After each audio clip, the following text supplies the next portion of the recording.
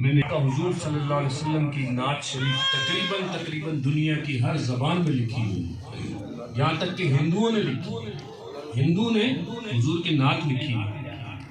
تو عاشقوں کے لیے بس یہی کافی حضور کا ذکر ہو رہا ہے، سمجھ آ جائے تو کیا ہی بات ہے، سمجھ نہ بھی آئے تو واہ واہ سبحان اللہ۔ تو یہ میرا یہ جو کلام بھائی نے فرمائش کی ہے، قبلہ حضور پیر فرید قادری صاحب آپ کا لکھا ہوا بڑا محبت والا عشق والا کلام ہے، اور بس یہ سمجھ لے اس میں خواجہ صاحب نے فرمایا کہ میرا سب کچھ تو ہی تو ہے۔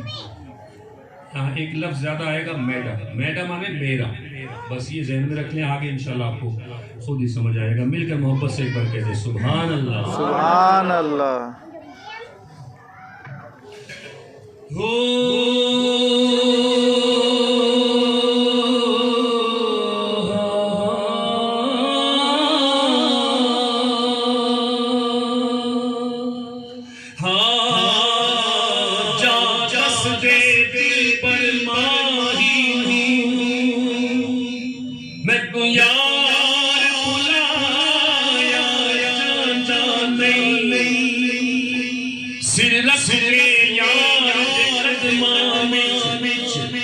سر پہ اٹھایا جان میرا دل میری جان میرا دین ایمان جد رب رسول قرآن تے دوجا یار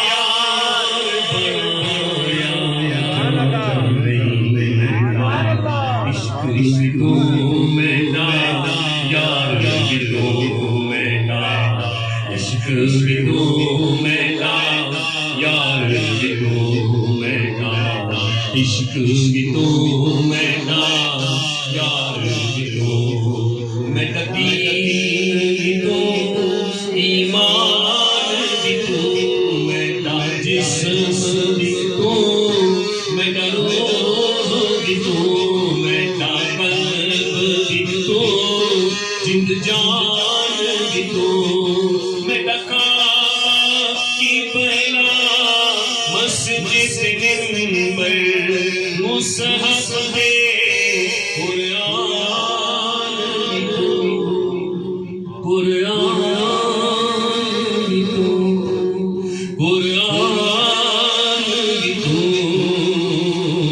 میرا عشق بھی تو میرا یار بھی تو میرا عشق بھی تو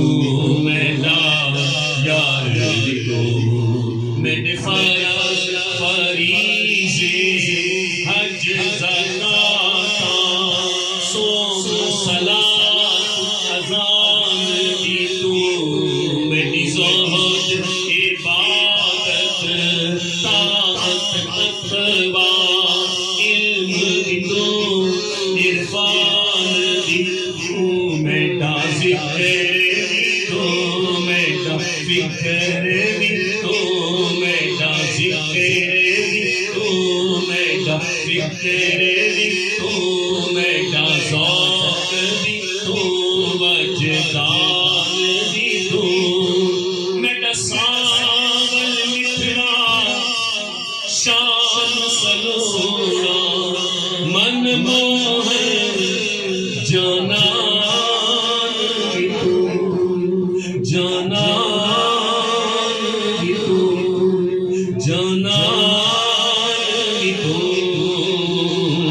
میرا عشق بھی تو میرا یار بھی تو میرا عشق بھی تو میرا یار بھی تو میرا باطل پر کھا کھمڑا راجا بارش دے باران بھی تو میرا ملک منیر دے مارو کھلڑا روحی چور سلطان بھی تو مجھے یار خرید قبول کرے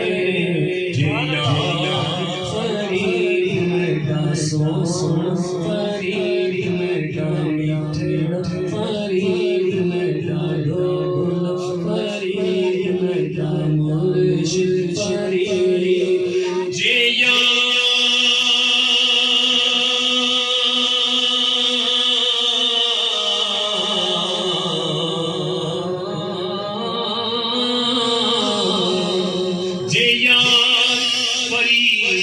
قبول کرے سرکار کی تو سلطان بھی تو متکے کم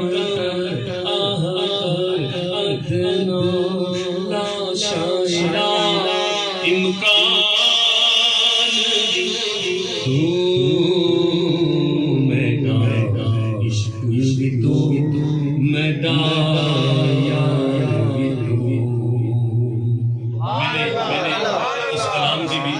دو حصے پیش کیے تھے 5 حصے میں نے 2 حصے پیش کیے وہ اس لیے کہ آخری جو میری حاضری مکمل ہوگی پنجتن پاک کی بارگاہ میں حضور کا ذکر ہو حضور کے آل پاک کا بھی ذکر کریں گے انشاءاللہ تعالی خیر و برکت رہے گی بس یہ کلام مختصر پیش کروں گا پھر انشاءاللہ حضرت صاحب وطن میرا مدینہ ہے مجھے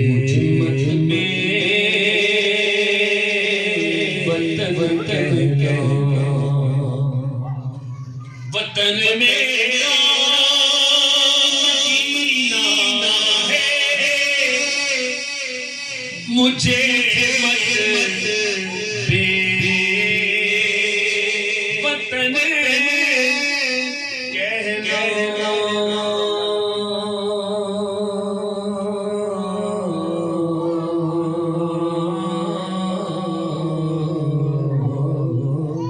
کہنا کیا کہنا مجھے آواز جب دینا تو غلام پنجتن میں تو پنجتن کا غلام میں تو پنجتن کا غلام میں تو پنجتن کا غلام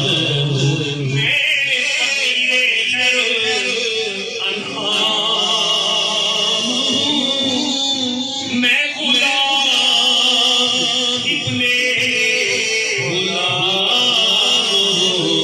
میں تو پنجتن کا غلام میں تو پنجتن کا غلام کیا بات رضا اس چمن سمان کرم کی زہرا ہے کلی میں حسین اور حسن پھول میں تو پنجتن کا غلام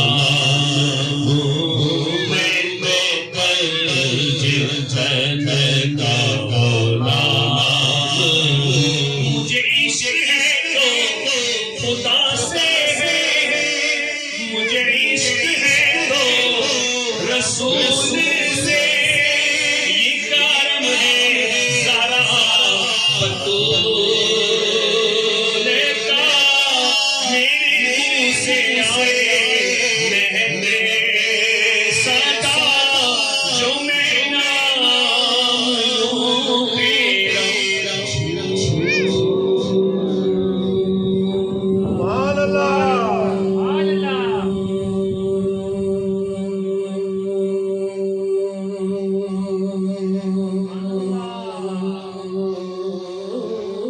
کہ میں تو پل تن کا غلام ہوں، میں تو پل تن کا غلام ہوا کیسے سر جدا جہاں عشق ہو وہی کربلا، میری بات نہیں بات ہے میرے ساتھ وہی ذات ہے، وہی کو شیر خدا کہے جنہیں باپ صلی اللہ کہے، وہی جن کو آنے نبی کہے، وہی جن کو ذات علی کہے، وہی مختار ہے،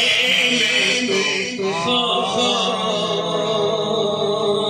ہوں، میں تو قلب جن کا غلام ہوں، میں تو قلب جن کا غلام ہوں، مجھ پہ اتنا نیاز کرم ہو گیا، لوگ کہنے لگے پنج تن کا گدا، پنج تن کا گدا،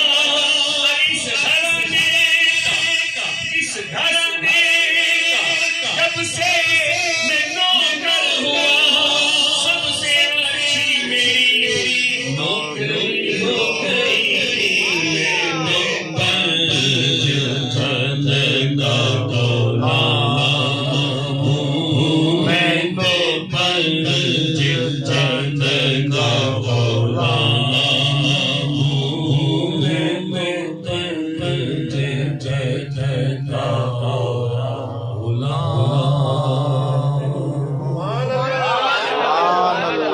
ماشاءاللہ سبحان اللہ سبحان اللہ۔ اللہ کریم جناب ندیم نوشائی کے سوز میں، ان کی آواز میں، ان کی محبتوں میں مزید اضافہ فرمائے۔ اللہ کریم ہمارے مرحوم نور احمد صاحب کی مغفرت فرمائے، ان کے درجات بلند فرمائے، اور ان کی اولاد کو ہمیشہ ان کے لیے ایصال ثواب کے دروازے کھول کر رکھنے والا بنائے، آمین۔ نبی کریم علیہ السلام کی ذات مقدسہ ایسی ذات مقدسہ ہے جن کے لیے یہ کائنات بنائی گئی ہے۔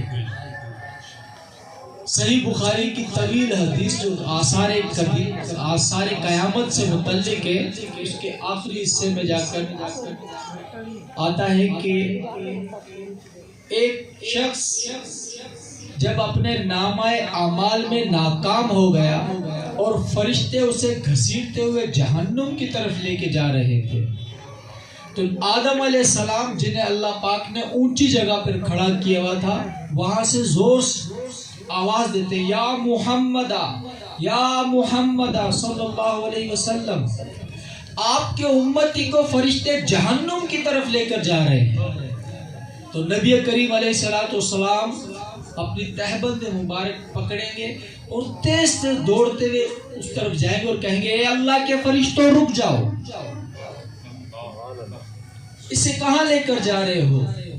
فرشتے کہیں گے یا رسول اللہ صلی اللہ علیہ وسلم، آپ جانتے ہیں اللہ کے حکم پہ چلتے ہیں، یہ نامہ اعمال میں ناکام ہو گیا، اس کے لیے یہی حکم ہے اسے جہنم میں لے جایا جائے۔ تو آپ فرمائیں گے ٹھہرو، کیا میں اللہ سے بات کر لوں؟ فرشتے کہیں گے بے شک، آپ مالک کی بات کیجئے۔ نبی کریم علیہ السلام اللہ سے کہیں گے اللہ تو نے میری امت کے معاملے میں مجھ سے وعدہ نہیں کیا تھا؟ اللہ فرمائیں گے محبوب جو آپ پسند فرمائیں کیجئے۔ آقا کریم علیہ السلام فرشتوں سے فرمائیں گے اسے دوبارہ میزان پہ لے چلیے، اسے میزان پہ لایا جائے گا، اس کے اعمال رکھے جائیں گے، وہ ناکام ہو جائے گا۔ نبی کریم علیہ السلام اپنی جیب مبارک سے پور برابر، انگلی کے پور برابر ایک پرچی نکالیں گے اور اس کے ترازو میں رکھیں گے اور اس کے اعمال زیادہ ہو جائیں گے نیک۔ چاروں طرف سے آواز آئے گی مبارک کامیاب ہو گیا، مبارک کامیاب ہو گیا۔ جب آپ پلٹ کر واپس جا رہے ہوں گے وہ شخص کہے گا اے خوبصورت چہرے والے، اے مشکل کی گھڑی میں مدد کرنے والے کہ آج تو ماں باپ بھی مدد نہیں کر رہے، آپ کون ہیں؟ تو نبی کریم علیہ الصلوۃ والسلام فرمائیں گے میں تمہارا نبی حضرت محمد صلی اللہ علیہ وسلم ہوں، اور وہ پرچی وہ درود شریف تھا جو دنیا میں تم نے مجھ پر بھیجا تھا۔ سبحان اللہ۔ تو نامہ اعمال کو بھاری کرنا ہے، نبی کریم علیہ الصلوۃ والسلام کی ذات مقدسہ پر درود شریف کثرت سے پڑھتے رہیں۔ ایک بار پھر پیار سے محبت سے نبی کریم علیہ الصلوۃ والسلام کی خدمت میں درود کا تحفہ پیش کیجئے۔ اللہم صلی علی سیدنا و مولانا محمد وعلی آل سیدنا و مولانا محمد وبارک وسلم۔ اب میں ملتمس ہوں جناب سید عاطف حسین شاہ فیضی صاحب سے کہ آج کی تقریب میں اپنا بیان اور اپنے کلام کے وہ حصے جو ہمارے قلوب کو روشن کر دیں بیان فرمائیں، اور پھر اس کے بعد ذکر ہوگا چند منٹوں کا، اور اس کے بعد محفل اختتام کی طرف چلے گی۔ تو میں ملتمس ہوں جناب فیضی صاحب سے۔ اللہ اکبر، یا رسول اللہ، یا رسول اللہ، یا علی، یا غوث، زندہ باد۔ الحمدللہ الذی وکفی والصلاة والسلام علی عباده الذین اصطفی، اما بعد فقد قال اللہ تبارک و تعالی فی الکلام المجید والفرقان الحمید، الف لام میم احسب الناس ان یترکوا ان یقولوا آمنا وهم لا یفتنون، وقال اللہ تبارک و تعالی فی الکلام المجید والفرقان الحمید، وَلَسَوْفَ يُعْطِيكَ رَبُّكَ فَتَرْضَىٰ۔ صدق اللہ المولانا العظیم وصدق رسولہ النبی الکریم الامین المکین، ونحن علی ذلک لمن الشاہدین والشاکرین والحمد للہ رب العالمین۔ قبر میں لہرائیں گے تا حشر چشم نور کے، قبر میں لہرائیں گے تا حشر چشم نور کے، جلوہ فرما ہوگی جب طلعت رسول اللہ کی۔ سبحان اللہ۔ لا ورب العرش جس کو جو ملا بس ان سے ملا، لا ورب العرش جس کو جو ملا بس ان سے ملا، بڑھتی ہے کونین میں نعمت رسول اللہ کی۔ سبحان اللہ۔ حمد و ثنا کے بعد اللہ تعالیٰ کی ذات کا شکر ادا کرتے ہیں کہ اس پروردگار عالم نے یہ خوبصورت محفل مبارکہ ہمیں عطا فرمائی۔ درود و سلام نبی علیہ الصلوۃ والسلام کی ذات اقدس پر، اس ایمان کے ساتھ اور اس عقیدے کے ساتھ کہ اپنی اوقات صرف اتنی ہے، کچھ نہیں بات صرف اتنی ہے، کل بھی ٹکڑوں پہ ان کے پلتے تھے اب بھی ٹکڑوں پہ ان کے پلتے تھے۔ آج کی یہ جو محفل مبارکہ ہے اصال ثواب کے حوالے سے ہے، اور انتہائی مہربان شخصیت مشفق و مہربان قبلہ محمد ندیم نوشاہی فریدی صاحب نے جو سما باندھ دیا ہے وہ آپ کی کیفیت بھی بتا رہی ہیں۔ جب یہ پڑھ رہے تھے تو میں آپ کے چہروں کو بھی دیکھ رہا تھا، خود میری اپنی کیفیت، خاص کر جب انہوں نے پروفیسر اقبال عظیم صاحب کا کلام پڑھا کہ میں لب کشا نہیں ہوں، کیا ہی کہنے ہیں۔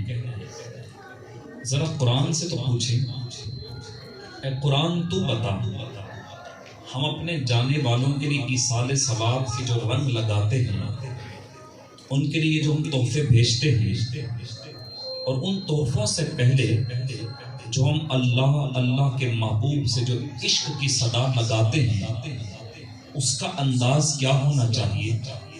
کیسے ایک شخص اس پاک پروردگار کے نام سے اپنے نام کو جوڑ کر یہ دعویٰ کرے کہ میں عشق خدا میں مبتلا ہو گیا۔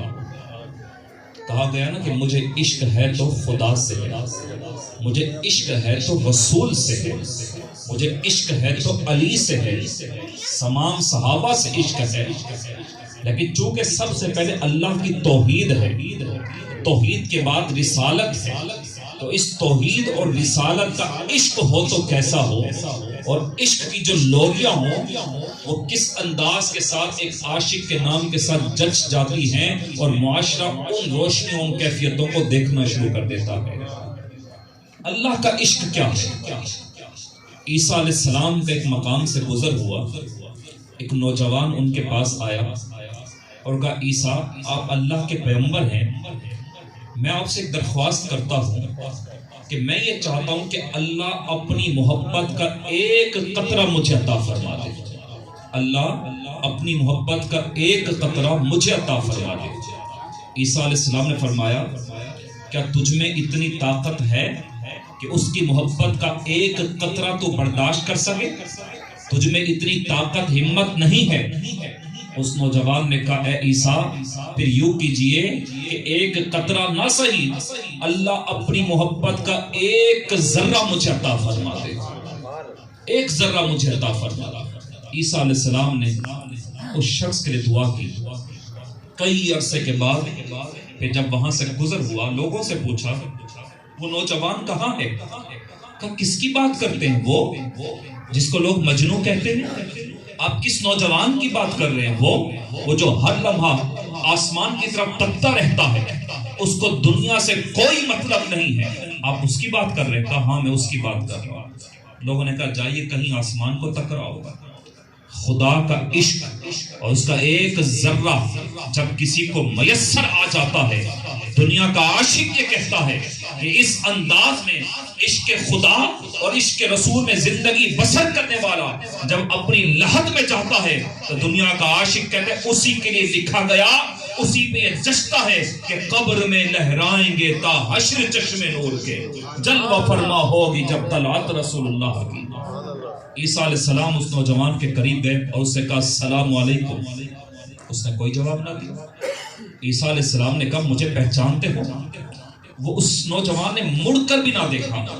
اب عیسیٰ علیہ السلام نے پھر فرمایا اے نوجوان نہ تو سلام کا جواب دیتا ہے نہ میرے کسی سوال کا جواب دیتا ہے، کیا مجھ عیسیٰ کو نہیں جانتا کہ میری دعا کی بدولت اللہ نے اپنی محبت اپنے عشق کا ایک ذرہ تجھے عطا فرمایا؟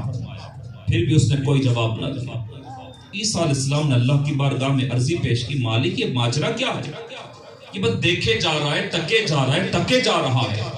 کہتے ہیں نا کہ اس کے نام پہ فنا ہو جانا اور اس کے نام پہ فدا ہو جانا، پھر دنیا والے بلاتے بھی رہے تمہیں دنیا کا ہوش نہ رہے، اس مالک کی ذات نہیں کھو جانا۔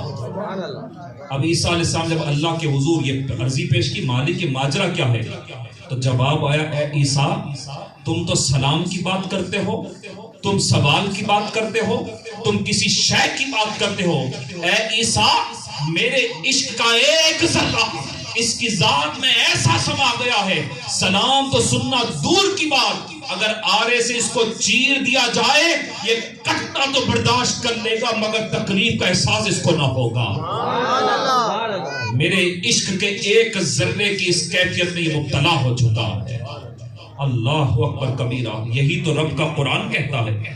جب ہم نے قرآن کو کھول کر پڑھا اور قرآن سے پوچھا ہے قرآن تو بتا کہ عشق کا جو نعرہ لگانے والے ہیں اور محبت کے جو تقاضوں پہ پورا اترنے والے ہیں، ایک نعرہ لگانے والے ہیں اور ایک پورا اترنے والے، ان میں فرق کیا ہے اور ان کی تاثیریں کیا ہیں؟ تو قرآن نے کہا دیکھو ذرا، اگر یہ عشق مصطفیٰ کا دعویٰ کرتے ہیں، اگر یہ عشق مصطفیٰ کا دعویٰ کرتے ہیں تو ان کے سامنے سب سے پہلی جو مثال رکھی جائے گی وہ حضرت صحابہ کرام کی رکھی جائے گی۔ دنیا حیران، اس مثال کو سامنے رکھ کر اللہ نے ایمان کی کیفیت کو جانچنا چاہا۔ وَإِذَا قِيلَ لَهُمْ آمِنُوا كَمَا آمَنَ النَّاسُ قَالُوا أَنُؤْمِنُ كَمَا آمَنَ السُّفَهَاءُ، ان لوگوں جیسا ایمان لے کر آؤ۔ مولا کن لوگوں جیسا؟ ان کے جیسا لے کر آؤ۔ جب ان کے نبی نے وضو کیا تو صحابہ کا ایمان یہ سامنے آیا کہ نبی کی ذات سے لگے ہوئے پانی کے قطرات کو صحابہ نے زمین پہ گرنے نہ دیا، ہاتھ پہ لگا پر چہرے پہ ملنا شروع کر دیا۔ قرآن نے کہا ان لوگوں جیسا ایمان لے کر آؤ۔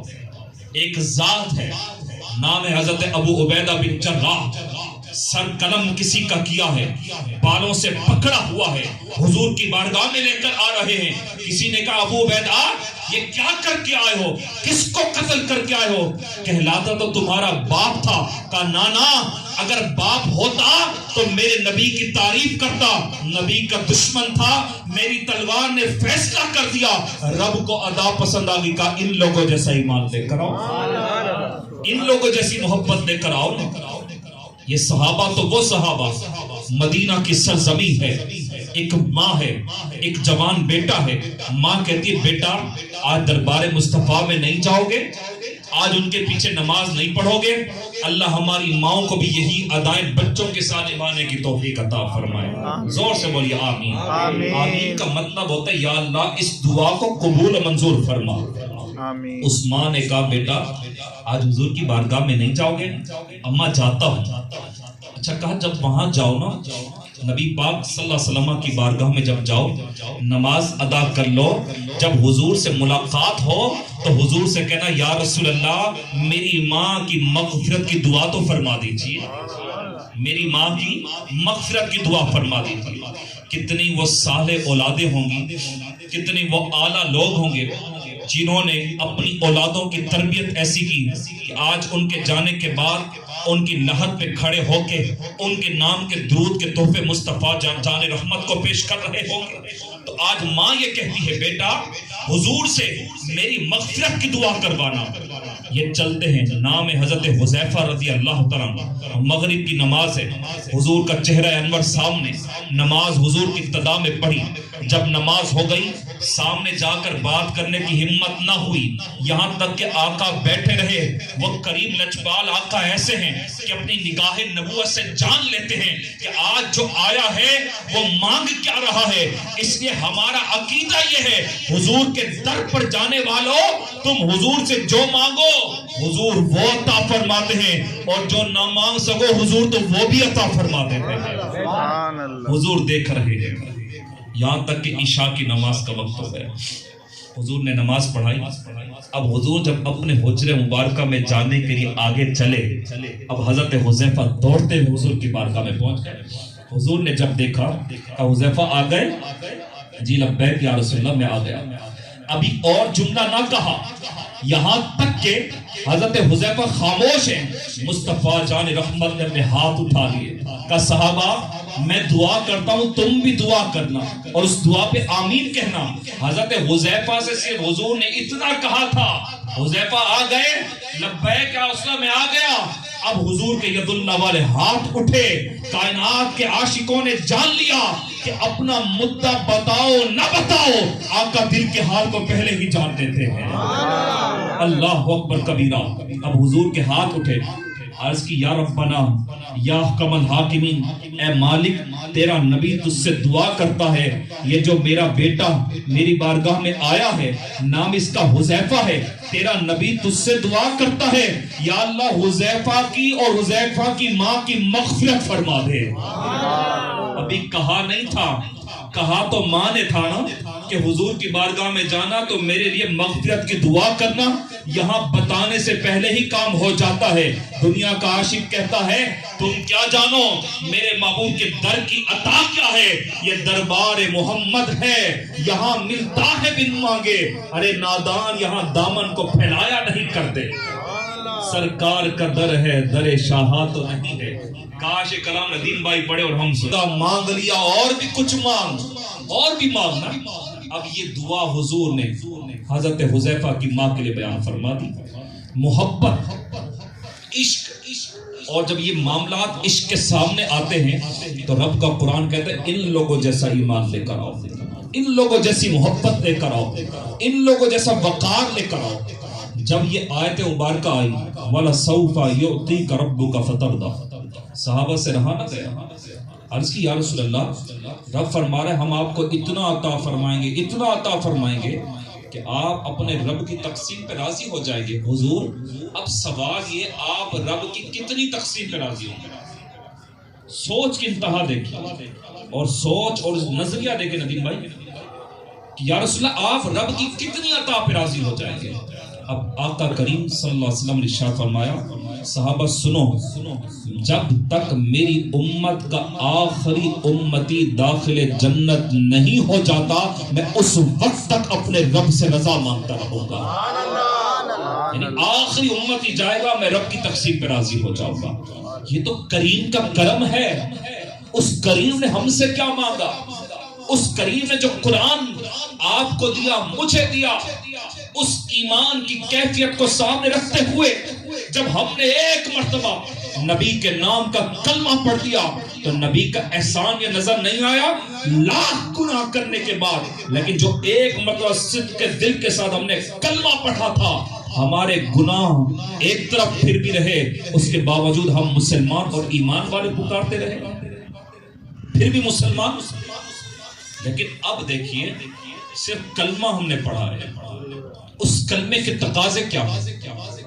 میرے محبوب ان سے پوچھو یہ جنت میں جائیں گے؟ رب کا قرآن کہہ رہا ہے، پڑھو سورہ آل عمران. میرے محبوب ان سے پوچھو، اپنی امت سے پوچھو، یہ جو دن رات کہتے رہتے ہیں اور جنت میں ہم جائیں گے، جنت میں ہم جائیں گے. بے شک جنت اللہ نے اپنے محبوب کی امت کے لیے بنائی ہے. کہ کیسے جائیں گے؟ سوال یہ ہے جائیں گے کیسے؟ انہوں نے ایمان کے ذائقے کو چکھا ہے؟ کیا ان پر وہ مصیبت یا وہ وقت آیا ہے جب ہمارے بندوں کو آروں سے چیرا گیا تھا؟ کیا انہوں نے وہ مشکل وقت دیکھا ہے کہ جب میرے محبوب کو اپنے خاندان کے ساتھ شعب ابی طالب کی گھاٹی میں رہنا پڑا تھا؟ کیا انہوں نے وہ وقت دیکھا ہے جب میرے محبوب کی آل کو کربلا کے میدان میں کاٹ کے رکھ دیا گیا تھا؟ کیا انہوں نے وہ گھڑیاں دیکھی ہیں؟ پھر یہ اتنا بڑا دعویٰ کہ ہم ایمان والے، ہم مسلمان، ہم داخل جنت ہو جائیں گے. میرے محبوب ان سے پوچھو تو صحیح، جس ایمان کی یہ بات کرتے ہیں اس ایمان کو اپنے دل میں داخل کیا ہے؟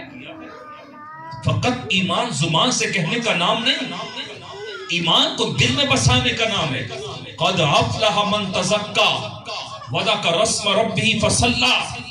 کامیاب ہے وہ مومن، فلاح میں ہے وہ مومن جس نے اپنی ذات کا تزکیہ کیا. ہمارے ہاں آج بھی درس تھا تو میں نے بات کی، ہم تزکیہ نہیں ہم تجزیہ کرتے ہیں دوسروں کی ذات کے، کہ ان کے پاس یہ کیسے آ گیا، انہوں نے کیسے لے لیا، گھر کیسے بنا لیا، گاڑی کیسے آ گئی، اولاد کیسے ہو گئی. یہ تجزیہ ہم کرتے ہیں، گمان لگاتے ہیں. تجزیوں سے پہلے تزکیے کی بات ہے. قد افلح من تزکا.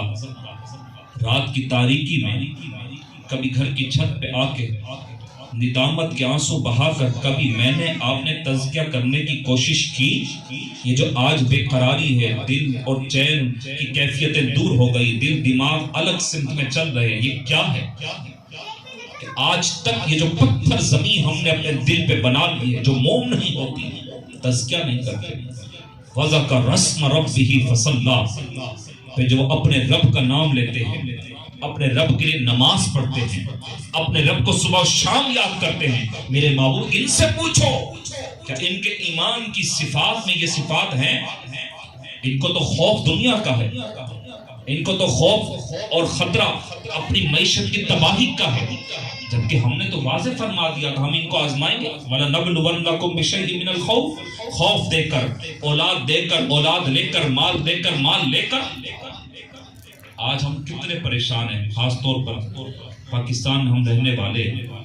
ہماری معیشت تباہ ہے، مہنگائی کا طوفان ہے، نا اہل نا لائق بے ضمیر ایمان فروش حکمران ہم پہ مسلط ہے. کیوں نبی کی حدیث یاد نہیں آئی؟ جب نبی کریم صلی اللہ علیہ وسلم ارشاد فرمایا جب لونڈیاں اپنے مالکوں کو جنم دے گی تو سمجھ لینا کہ قیامت تمہارے قریب کھڑی ہوئی ہے. جب امانت داروں کے پاس نہیں رہے گی تو سمجھ لینا قیامت تمہارے قریب، تمہارے گھر پہ آ کر کھڑی ہوئی. آج جن لوگوں کے پاس منصب امانت کے طور پہ ہم نے دیا تھا وہ تو نااہل ہو گئے. یہ کس وجہ سے ہوا کہ آج تک ہم ایمان کی کیفیت کو سمجھ ہی نہیں سکے، ایمان کی ڈیفینیشن کو سمجھ ہی نہیں سکے، ایمان کے تقاضوں پہ آج تک ہم اپنی زندگی کی گاڑی کو اس ڈائریکشن پہ لا ہی نہیں سکے.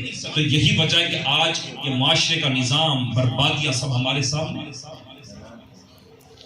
ہمارے ہاں انتہائی معذرت کے ساتھ خوبصورت محفل لگی ہے، مزہ آتا ہے، چند لوگوں سننے والوں سمجھنے والوں مزہ آتا ہے بات کرنے کا. ہمارے یہاں موتیں مشکل ہو گئی، لوگ پریشان ہو جاتے ہیں.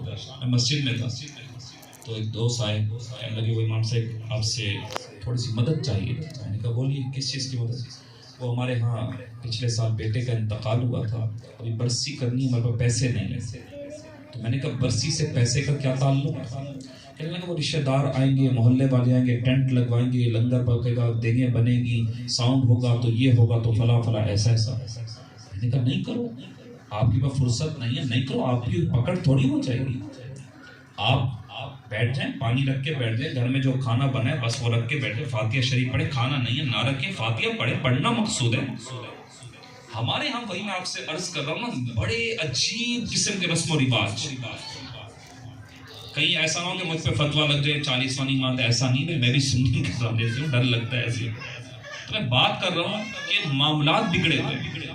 میں آپ سے ایک سوال کرتا ہوں کہ آپ کے یہاں اللہ نہ کرے جانا سب نے، میرے ہاں چلے میں اپنی مثال دوں، میرے ہاں سے جنازہ اٹھے، میں کس دل کے ساتھ ایک پکوان والے کو فون کروں گا کہ میاں 2 دیگیں چکن کی لے کر آ جاؤ، کہ میرے پڑوسی بھی بیچارے بھوکے بیٹھے ہیں، ٹھیک ہے، میرے رشتہ دار بھی بیچارے بھوکے آ رہے ہیں، میں نے ان کو کھانا کھلانا ہے. اور وہ کھانے والے اپنے ضمیر پہ ہاتھ رکھ کے بتائیں کہ ایک مرنے والے کے گھر میں بیٹھ کے اس دوزخ کی آگ کو کس طرح بجھائیں گے. ضمیر مر چکے ہیں ہم لوگوں کے. جنازہ اٹھتا نہیں ہے، دیکھیں پہلے آ جاتی ہیں. چینج کر دو، تبدیل کر دو اس کلچر کو. ابھی وہاں پہ لحد تیار ہو رہے. فرمان کیا ہے؟ اتنی دیر اس قبر پر بیٹھو جتنی دیر میں ایک اونٹ کو ذبح کرنے کے بعد، اس کا گوشت کاٹنے کے بعد اس کو تقسیم نہیں کر دیا جاتا. ہم کتنا بیٹھتے ہیں؟ ہم نے وہاں مردے کو ڈالا، ہاتھ جھاڑا، ایک ذرہ مٹی کا میں باپ کی قبر کا برداشت نہیں کروں گا، فوراً آؤں گا کہ ہائے میں نے کھانا کھلانے لگوں. یہی ہو رہا ہے، اعلان کر دیا جاتا ہے. اعلیٰ حضرت کی ہم بات کرتے ہیں، اعلیٰ حضرت نے کیا فرمایا؟ یہ سوئم کا کھانا کھانا، ہاں جو پنجاب سے آ رہے ہیں آپ ان کو کھلائیں.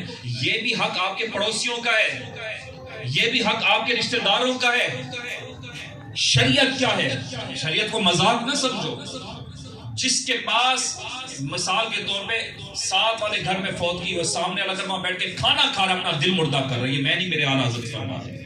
آپ کے پاس اختیار تھا، آپ اپنے گھر میں کھا سکتے تھے، آپ نے کیوں مرغ مسلم وہاں جا کر کھایا؟ تو آج شرازہ بکھرا ہوا ہے. حضرت ابراہیم بن ادہم رحمت اللہ تعالی علیہ سے کسی نے پوچھا حضور والا ہماری دعائیں قبول کیوں نہیں ہوتی؟ انہوں نے کہا 4 باتیں ہیں، ان 4 پہ عمل کر لو، آج بھی دعائیں قبول ہوں گی. یہ کیسے ہو سکتا ہے؟ اللہ نے خزانے کس کے لیے بنایا؟ یہ انوار، یہ ساری کیفیتیں، یہ بہار ہے کس کے لیے؟ اب 4 باتیں. پہلی بات، تم قرآن پڑھتے ہو، اللہ کو مانتے ہو. پہلی بات، تم اللہ کو مانتے ہو، اللہ کی نہیں مانتے. اللہ کو مان لیا، اس کی معرفت کیا ہے کبھی پہچاننے کی کوشش کی؟ یہی وجہ ہے. دوسری بات، تم نبی پاک صلی اللہ علیہ وسلم سے محبت کا دعویٰ کرتے ہو مگر نبی کی سیرت پہ عمل نہیں کرتے.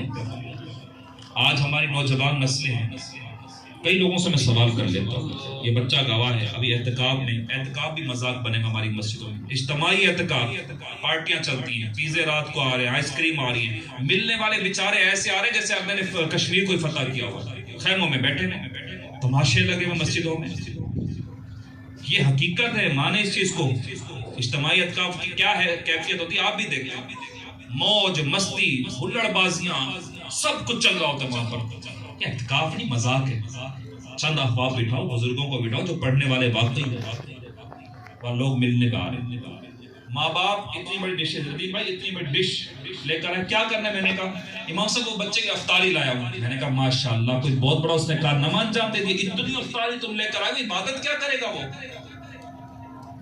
تو جب ہم نے مزاج ایسا بنا لیا دین کے ہر کام کو ہم نے شوق میں، شغل میں، ہلڑ بازیوں میں لے لیا، تو دین مذاق کے لیے نہیں دیا تھا. معذرت کے ساتھ دین تھا سچائی کے لیے. تو اس دین کو پھیلانے کے لیے صحابہ نے اپنا خون کا نذرانہ پیش کیا. اگر دین سے مذاق ہوتا یا نماز قرآن کی حد تک محدود ہوتا تو میرے محبوب احد کے میدان میں زخمی ہوتے، میرے محبوب کو طائف میں زخمی کیا جاتا، میرے محبوب کو پیٹ پہ پتھر باندھنے پڑتے۔ عشق مصطفیٰ کا دعویٰ یہ ہے کہ آج جو ہم نے حالت زار اپنی بنا رکھی ہے، نہ کرو ایسا، سمجھائیں لوگوں کو کہ کس سمت ہم لوگ چل پڑے۔ تو ابراہیم بن ادھم نے کہا نبی سے محبت کا فقط دعویٰ کرتے ہو، دعوے کی سچائی نبی کی ذات، نبی کی صحت عمل ہے، وہ تمہارے پاس نظر نہیں آتا۔ تیسری بات انہوں نے ارشاد فرمائی قرآن پڑھتے ہو یا لمون تعلمون، قرآن 7 لہجوں میں ہے، ایک لہجے میں پڑھ لو، جہاں جس لہجے میں آسان ہو ویسے پڑھ لو، اور ہمارے ہاں جو لہجہ پڑھا جاتا ہے جو معروف ہے ہم اس کو بھی مجبور کر کے پڑھ رہے ہوتے ہیں۔ کبھی ہمیں یہ خیال نہیں آیا کہ ہم جائیں اپنی مسجد کے امام کے پاس جا کر اپنی کم از کم نماز ہی سنا دیں، جو صورتیں ہم قرآن میں پڑھتے کم از کم وہی جا کے سنا دیں، یہ ہمیں کبھی خیال نہیں آیا۔ نمازیں فاسد ہو رہی ہیں، یہی وجہ ہے کہ آج سجدوں کی لذتیں ہم سے دور ہو گئی۔ تو جب ہم صحیح معنوں میں نماز نہیں پڑھیں گے، مجھے بتائیے وہ رب کا کلام کیسے سمجھیں گے؟ تو ابراہیم بن ادھم نے تیسری بات فرمائی قرآن پڑھتے ضرور ہو، کبھی کبھی شاد و نازل پڑھ لیا، اور وہ بھی بے دلی کے ساتھ، یہ نہیں کہ اتنا بڑا خزانہ ہاتھ میں اس سے کچھ حاصل نہیں، بے دل پر پڑھ لیا، ٹھیک ہے رکھو بس کھانا لگاؤ۔ چوتھی بات آپ نے فرمائی، پوچھتے ہو نا دعائیں قبول کیوں نہیں ہوتی؟ دعائیں اس لیے قبول نہیں ہوتی جب تم کسی مردے کو لے کر جاتے ہو، باپ کا جنازہ ماں کا جنازہ لے کر جاتے ہو، اور اس کی تدفین کرنے کے بعد کیا اس سے عبرت حاصل کرتے ہو کہ آج یہ تو عزت سے جا رہا ہے، 4 بندے کندھا دینے کے لیے موجود ہیں، آپ کو مجھے کوئی کندھا دینے والا ہو نہ ہو، ہمارا کیا ہوگا؟ وہ مقام عبرت ہے، تو ہم نے آج تک کتنی عبرت حاصل کی؟ ابراہیم بن ادھم فرماتے یہی وجہ، آج ان 4 چیزوں پہ تم عمل کر لو، اللہ کی پہچان، نبی سے محبت پر، ان کی سیرت پہ عمل، قرآن کو پڑھنا اور سمجھنا، اور جانے والوں سے عبرت کو حاصل کرنا۔ آج عمل کر لو، یہاں دعا کے لیے ہاتھ اٹھاؤ گے پروردگار اپنی عطاؤں کو فوراً جاری و ساری فرما دے۔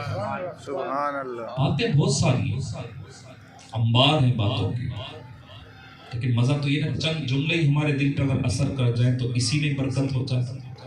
آخری سے 2 باتیں کروں گا، اس کے بعد انشاءاللہ جس عاشق بھائی فرما رہے ہیں ذکر کی طرف ہم جائیں گے۔ آخری 2 باتیں، وہ آخری 2 باتیں کیا ہیں؟ انہی ابراہیم بن ادھم سے کسی نے پوچھا تھا کہ میں گناہ کرنا چاہتا ہوں لیکن میں چاہتا ہوں کہ میری پکڑ بھی نہ ہو، کوئی ایسا راستہ ہے؟ آپ نے کہا بالکل ہے ایسا راستہ۔ اچھا بتائیے۔ آپ نے فرمایا جب تو گناہ کرنا چاہے تو اس زمین پہ جا کے گناہ کرنا جو اس کی ملکیت میں نہ ہو۔ اس نے کہا یہ کیسے ہو سکتا ہے؟ مشرق مغرب شمال جنوب سب آسمان زمین اسی کے، یہ کیسے ہو سکتا ہے؟ یہ تو ناممکن ہے۔ آپ نے فرمایا اچھا جب تو گناہ کرنا چاہے پھر ایسی جگہ پہ جا کے گناہ کرنا جہاں وہ دیکھنا رہا ہو۔ اس نے کہا حضور یہ بھی نہیں ہو سکتا، وہ ہر جگہ دیکھتا ہے، دلوں کے حال کو جانتا ہے، سب کچھ جانتا ہے۔ آپ نے فرمایا اچھا پھر تیسرا عمل یہ کرو جب تو اس کا گناہ کرنا چاہے نا اس کا رزق کھانا چھوڑ دینا، کوئی ایسی چیز کھانا جو اس کی پیدا کی بھی نہ ہو۔ اس نے کہا حضور سب کچھ ایک ذرہ بھی اگر دنیا میں ہے تو اسی کی پیداوار ہے، یہ کیسے ہو سکتا ہے؟ آپ نے فرمایا اچھا چوتھی بات یہ ہے اگر تو گناہ سے کرنے کے بعد بھی بچنا چاہے پھر ایسا کر جب ملک الموت تیری روح قبض کرنے آئے تو ملک الموت سے جھگڑ پڑنا، اپنی روح نہ دینا۔ اس نے کہا حضور یہ کیسے ہو سکتا ہے بھائی؟ یہ تو ہو ہی نہیں سکتا، یہ کیسے ہو سکتا ہے؟